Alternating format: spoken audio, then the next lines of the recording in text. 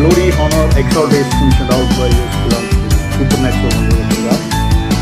మన ప్రభువును రక్షకుడైన యేసుక్రీస్తు నామములో స్తుతి ఘనత మహిమ ప్రభావములు చెందుగాక. My dear friends, this is the first time, so it's not first time, but one time I am coming into this YouTube updates to this Bible studies. Alright friends, the reason I am here is ఎందుకంటే ఇలా రావడానికి గల కారణం ఏంటంటే, నేను long time ఇంగ్లీష్లో ఈ live ఈవెంజలిజం updates ఇస్తూ ఫ్లోలో ఎక్కువ ఇంగ్లీష్ వస్తుంది, బట్ తెలుగులో అప్డేట్ చేయాల్సిన అవసరం ఉంది కాబట్టి నేను అప్డేట్ చేస్తున్నాను.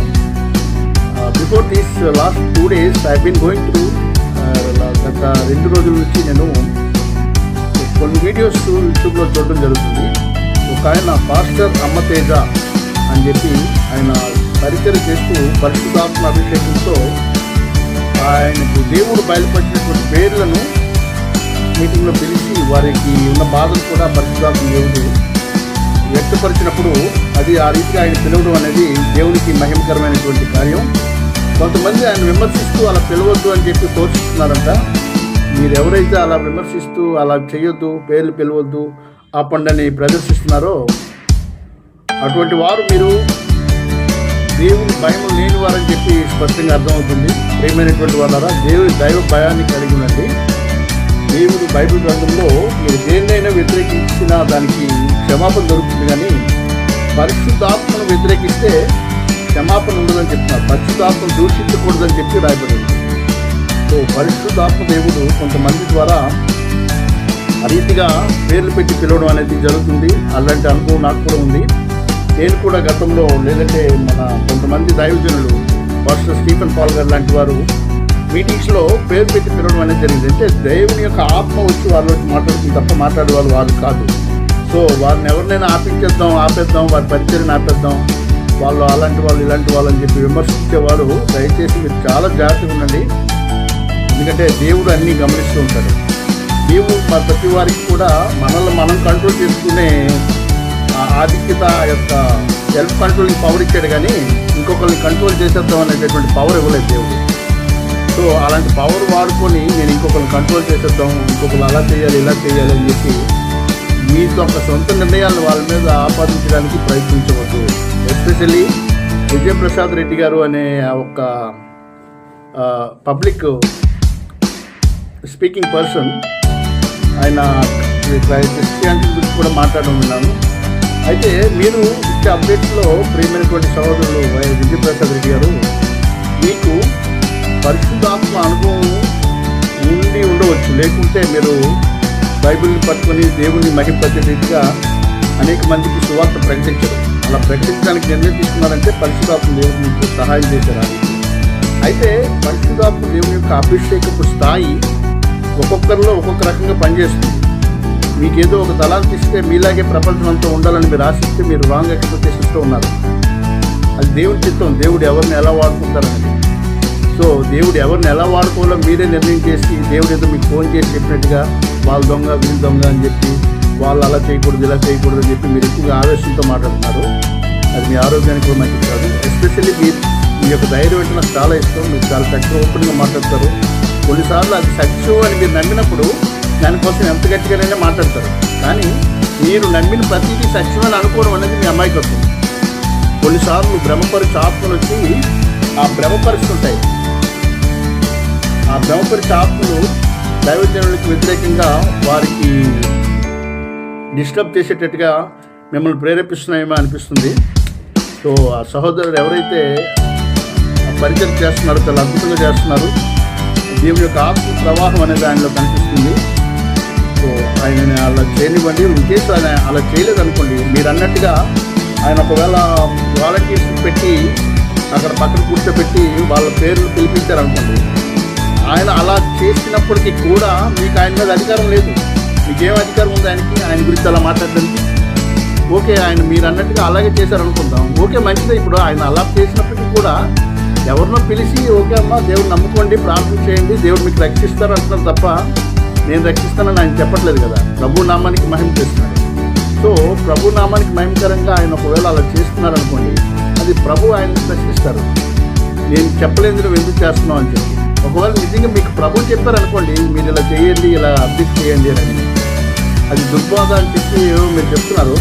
మీ దగ్గర ప్రాపర్గా వ్యాలిడ్ లాజికల్గా బైబిల్గా రిఫరెన్సెస్ ఉంటే మీరు వాదించవచ్చు, తప్పలేదు. కానీ పరిశుద్ధాత్మ దేవుని యొక్క అభిషేకం వచ్చినప్పుడు వారు ప్రవర్తించుదురు అని చెప్పి అపోస్తుల కార్యంలో 2వ అధ్యాయంలో 17వ వచనంలో అంకితం మన అందరి మీద నేను ఆత్మ కుమ్మరిస్తానని చెప్పాను.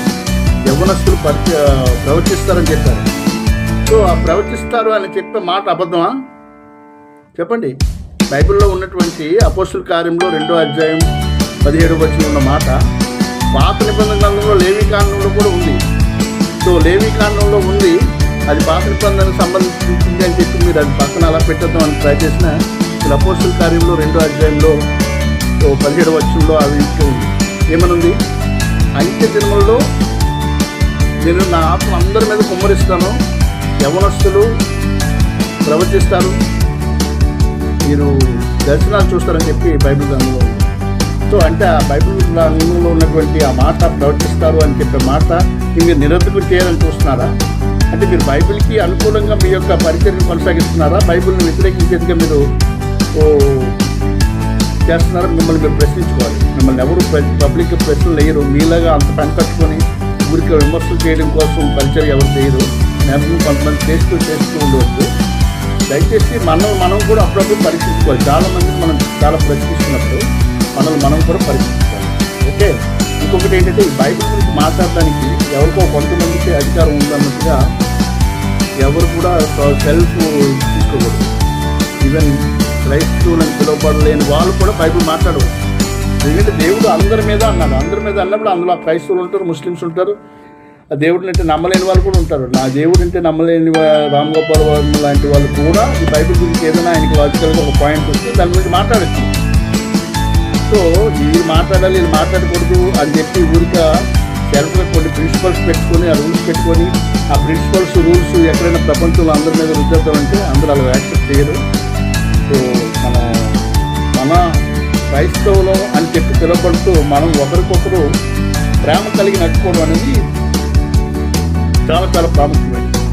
ఒకవేళ ఏదైనా మీరు ఇలా చెప్పాలంటే పర్సనల్గా ఆ వ్యక్తికి మీరు ఒక ఉత్తరం రాయండి.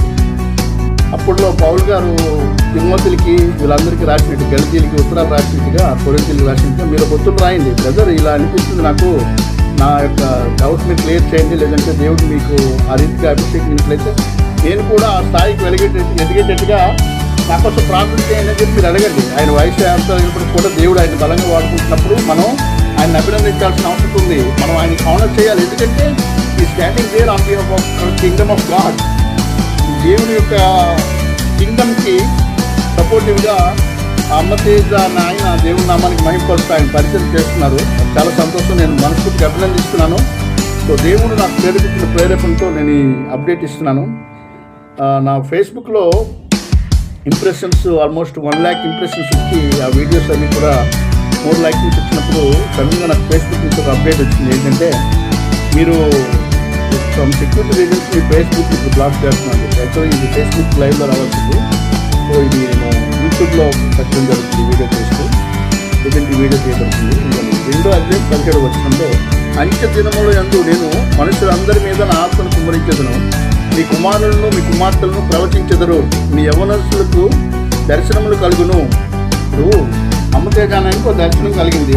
ఈ మీటింగ్లో, ఈ కాంగ్రిగేషన్స్లో, ఇగో సహోదరి ఫలానా ఎనీ పర్సన్ లక్ష్మి అనే సహోదరి ఇక్కడికి వచ్చారు అని చెప్పి ఆయనకు ఒక దర్శనం కలిగింది. ఆమెకు ఉన్న బాధ ఏంటో అదేంటన్నది దేవుడు ఆయనకి ఒక దర్శనంలో చూపించినప్పుడు అది ఆయన మాట్లాడుతున్నారు.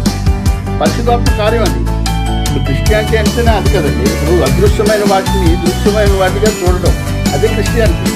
అక్కడ లక్ష్మి గారు ఉన్నారని చెప్పి మీకు కానీ నాకు కానీ ఎవరికి కనబడలేదు. బట్ ఆయనకి దర్శనం ఇచ్చారు దేవుడు. ఎలా ఇచ్చారు? ఇక్కడ అపోస్తల కార్యము 2వ అధ్యాయంలో ఇక్కడ ఉన్నటువంటి వాక్యానికి ఆధారంగా ఆయనకి దర్శనం ఇచ్చారు. ఎందుకంటే మీరు ఈ యవ్వనులకు దర్శనములు కలుగును అన్నారు. అంటే ఇప్పుడు కలగకూడదా? మీరు అన్నిటి ప్రకారంగా అయితే అలా దర్శనాలు కలగకూడదా? అలా దేవునికి మహిమపరచకూడదా? దేవుని అలా మహిమపరిచే వాళ్ళు నిలబడి పరిచర్య కొనసాగించకూడదా? ఎవరు మీరు అలా ఆయన అబ్జెక్ట్ చేయడానికి? మీరు పేర్లు పిలవడం ఆపేయండి అంటే పేర్లు పిలవడం వల్ల ఆయనకి ఎక్కువ పాపులారిటీ వస్తుంది. వస్తూ రానియండి, దేవునికి మహిమ కలుగుతుంది. దేవుని నా మహిమపరచబడి పరిశుద్ధాత్మ దేవుని యొక్క ప్రేమతో నేను అందరికీ హెచ్చరిస్తున్నాను. దేవుని పరిచయం చేస్తూ దేవుని కోసం నిలబడతానని చెప్పి హంబుల్గా వాళ్ళు పరిచయం వాళ్ళు చేస్తూ ఉన్నప్పుడు వారిని డిస్టర్బ్ చేసేటట్టుగా ఎవరైనా మీరు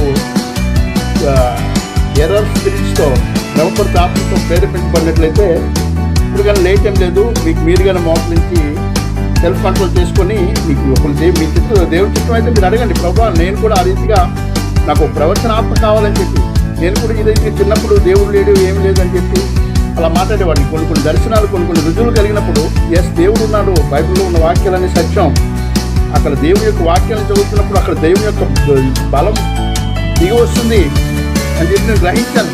సో ఇప్పుడు నేను చేస్తున్న వీడియో అనేది one of the proof for that. Thank you. This is evangelist Joseph Prasuma. All right, and many of you know that apart from this evangelism, I have my the other platform. Evangelism is నా profession కాదు, నా ప్రొఫెషన్కి సంబంధించినటువంటి ఉద్యోగం కాదు. దేవుడు నాకు ఇచ్చినటువంటి ప్రేరేపణతో, నాకు ఇచ్చినటువంటి ఇంట్రెస్ట్తో, నాకు కలిగినటువంటి భారంతో నేను చేస్తున్నటువంటి అప్డేట్స్ ఇవి, బైబిల్ స్టడీస్ అనేవి.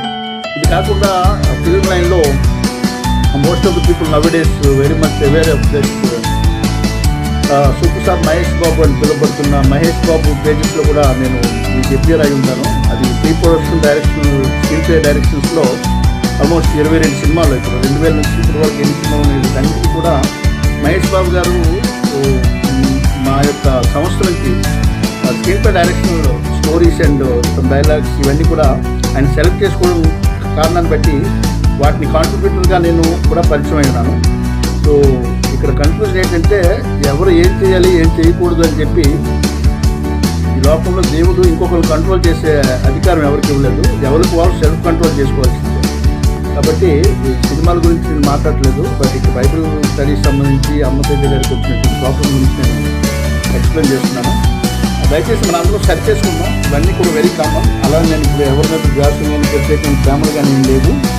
దేవుని యొక్క ప్రేమతో మనం సెట్ చేసుకొని మనందరం ఒక సహోదరులుగా, అన్నదమ్ములుగా మళ్ళీ మనం టేబుల్ మీద కూర్చొని భోజనం చేసి దేవునికి మహిమపరంగా మరొకసారి సహోదరుల ఐక్యత కలిగి ఉండటం అది ఎంతో మనోహరం అని చెప్పి కీర్తన గ్రంథంలో రాయబడిన మాటను జ్ఞాపకం చేసుకొని మనందరం కూడా కలిసి దేవుని కోసం దేవునికి మహిమకరంగా ముందుకు కొనసాగుదామని చెప్పి సవినయంగా మీ అందరికీ కూడా యేసుక్రీస్తు నామములో వందనాలు తెలియజేస్తూ ముగిస్తున్నాను. జోసెఫ్ ప్రాసుమా, thank you. The light in darkness కోసం. Praise be to supernatural.